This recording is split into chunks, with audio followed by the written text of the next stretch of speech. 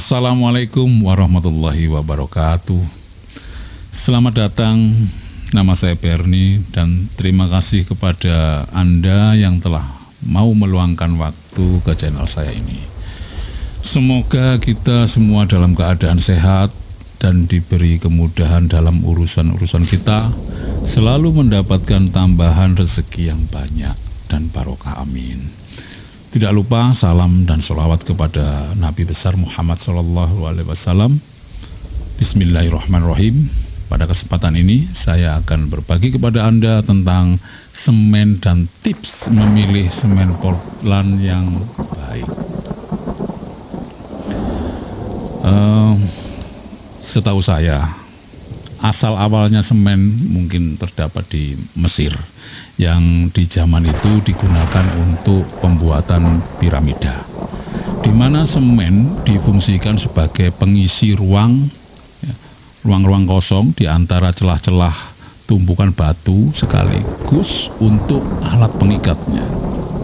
Nah, selanjutnya semen juga diketahui digunakan oleh bangsa Yunani dan bangsa Romawi yang membuat semen dengan cara mengambil dan mengolah dari tanah vulkanik di sekitar daerah mereka.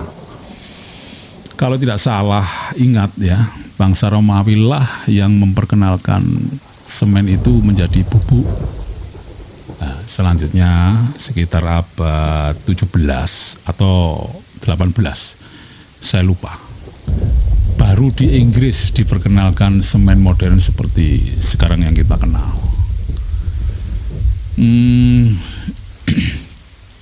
Kalau perkembangan semen di Indonesia sendiri, saya duga bahwa semen dibawa oleh bangsa Eropa ketika mereka mulai menjajah negeri kita. Walaupun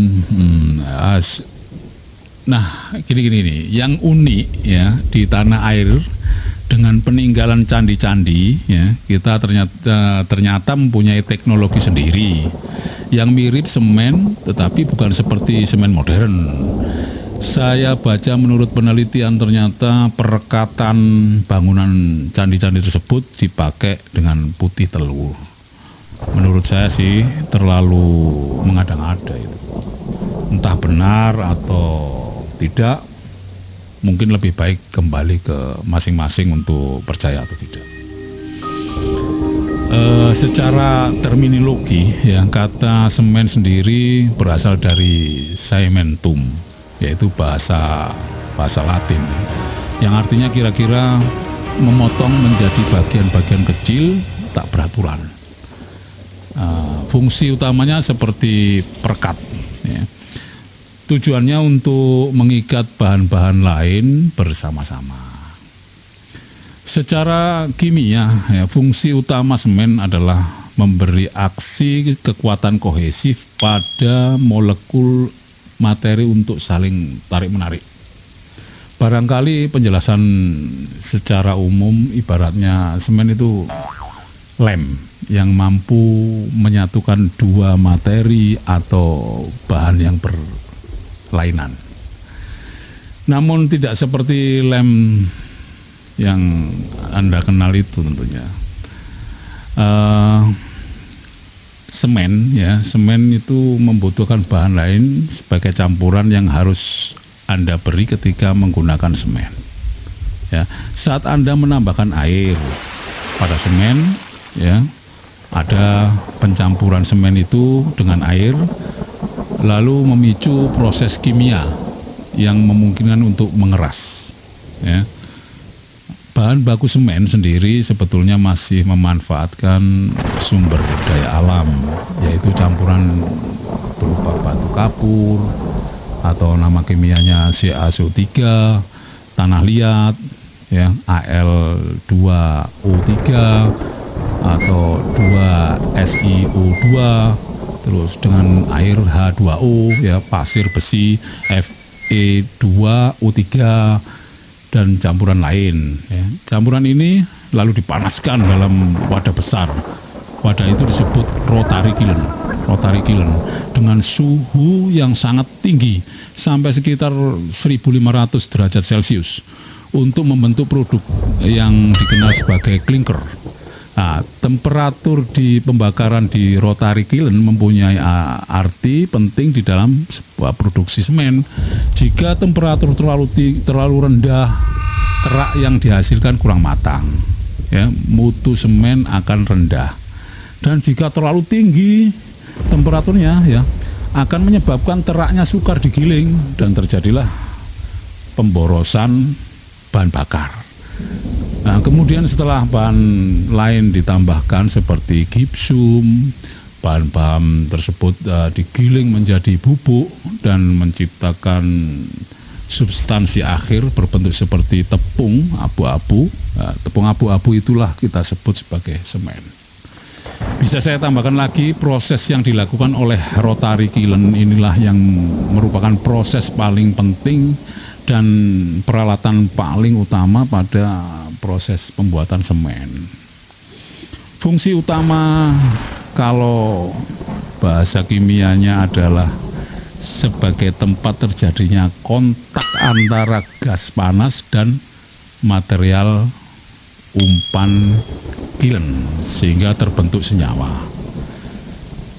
Sehingga terbentuklah senyawa-senyawa penyusun semen, yaitu C3S, C2S, C3A, dan C4AF. Kiln putar atau rotary kiln itu bentuknya kira-kira berbentuk silinder yang terbuat dari baja berdiameter, ya, 5 meteran lah. Panjangnya sekitar 80 meteran. Dengan kemampuan kecepatan putar 2,8 rpm dan kemampuan membakar bahan dengan kapasitas 7.000 sampai 8.000 ton per jam sehingga menjadi terak klinker. Pada dasarnya alat produksi yang digunakan pabrikan industri semen dibagi dua bagian. Yang pertama adalah disebut pengolahan bahan atau raw material, dan yang kedua unit pembakaran. Saya tadi sudah menggambarkan tentang rotary kiln, ya, termasuk di alat produksi yang kedua yaitu alat-alat produksi unit pembakaran. Sebelum masuk ke rotary kiln, sebetulnya bahan baku diproses dulu oleh suatu alat pemanas awal. Alat itu dinamakan suspension preheater. Jadi bahan baku sebelum benar-benar panas dipanas-panasi dulu lah, ya. Secara sederhana prosesnya begini. Bahan baku tersebut dikeringkan dulu, lalu dihancurkan, ya, digiling, dicampur dengan bahan-bahan lain. Kemudian dipisahkan material halus dan material kasar. Selanjutnya dibakar, lalu dikeluarkan produk akhir. Begitu kira-kira.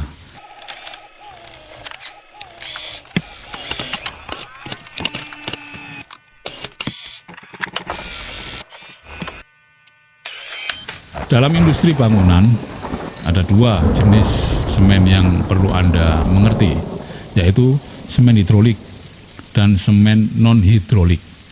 Semen hidrolik mempunyai kemampuan untuk mengikat dan mengeras menjadi kuat ketika tercampur dengan air sebagai hasil dari reaksi kimia dan pencampuran. Kalau boleh penjelasannya saya sederhanakan begini. Intinya semen hidrolik itu setiap semen yang membutuhkan air berubah bentuk menjadi padat ketika tercampur air, dan ketika padat tidak hancur dalam air. Kebalikan daripada semen hidrolik itu semen non hidrolik. Nah, semen non hidrolik adalah pokoknya setiap semen yang tidak membutuhkan air. Nah, dua contoh semen non hidrolik yang umum dikenal adalah kapur, berasal dari batu kapur, dan gipsum. Nah, itu saja yang saya tahu. Nah, contoh utama dari semen hidrolik, ya, semen hidrolik itu semen Portland itu.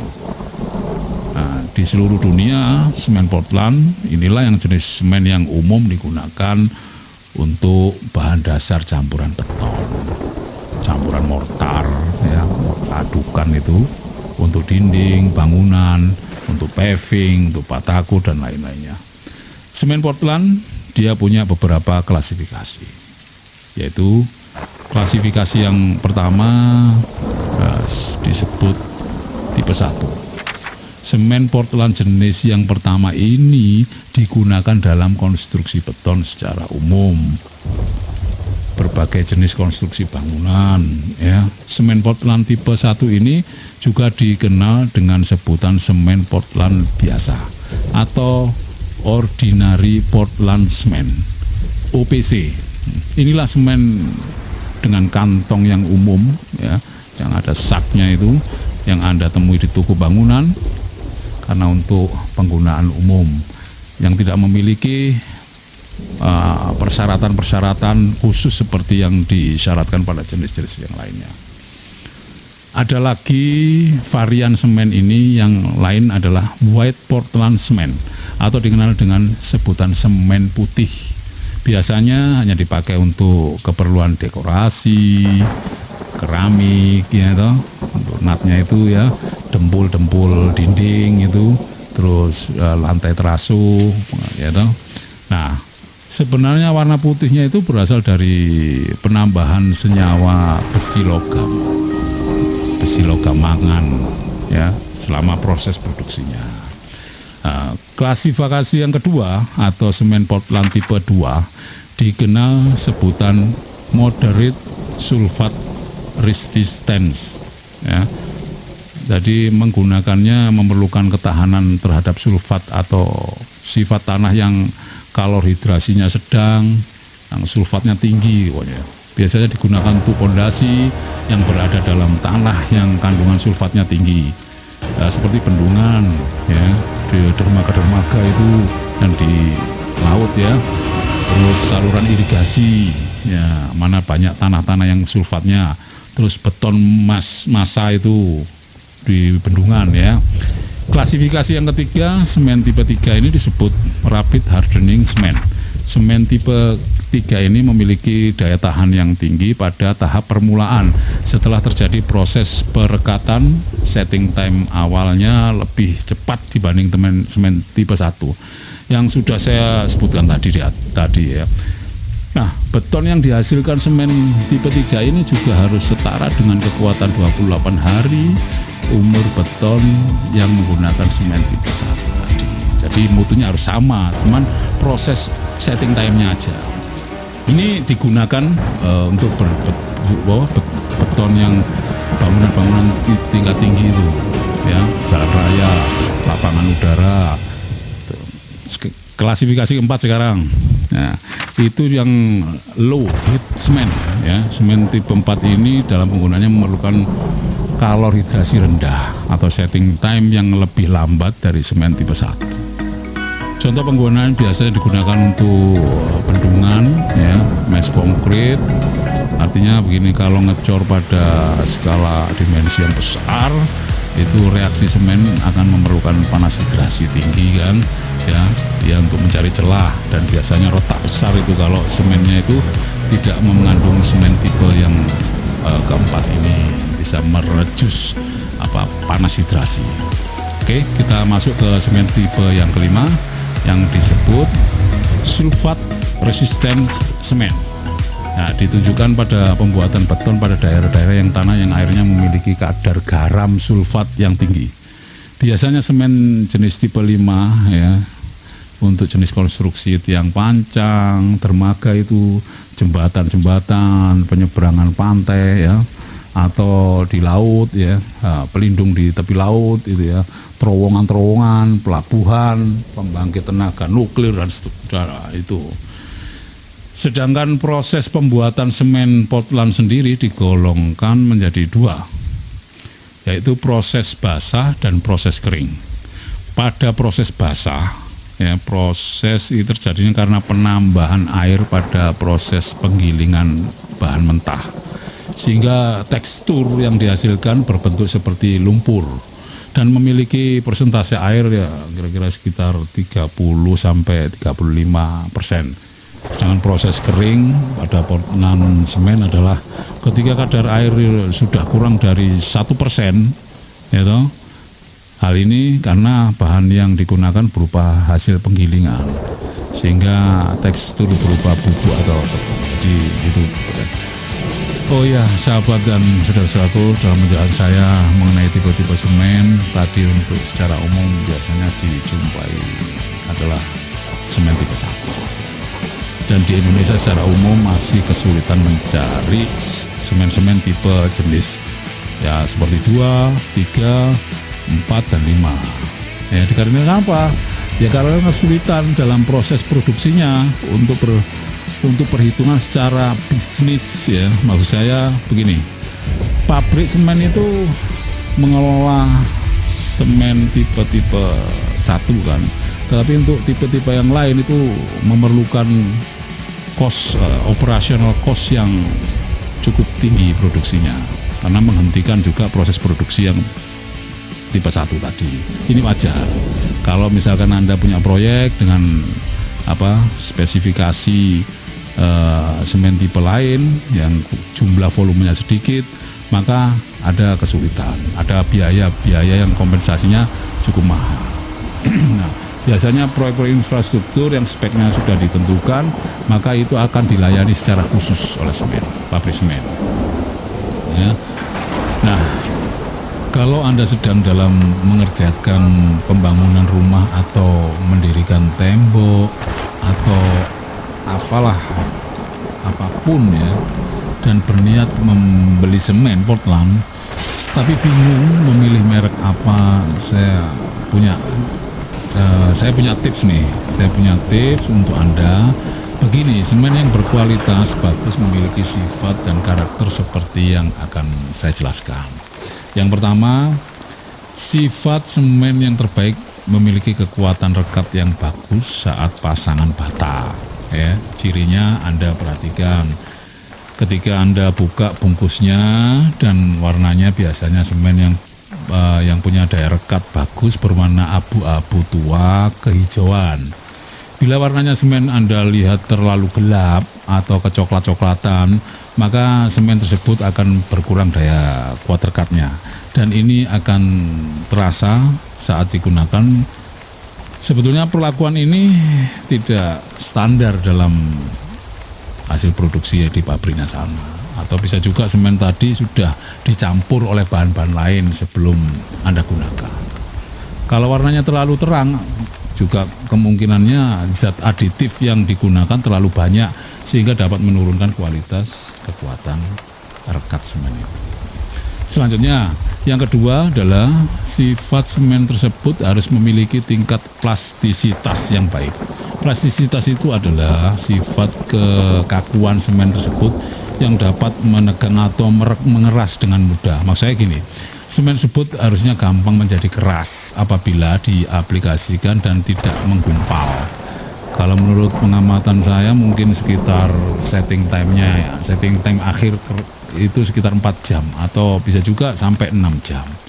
Kalau semen yang berkualitas bagus, setting time terakhir atau pengerasannya itu jangan sampai melampaui waktu yang tersebut, 4 sampai 6 itu.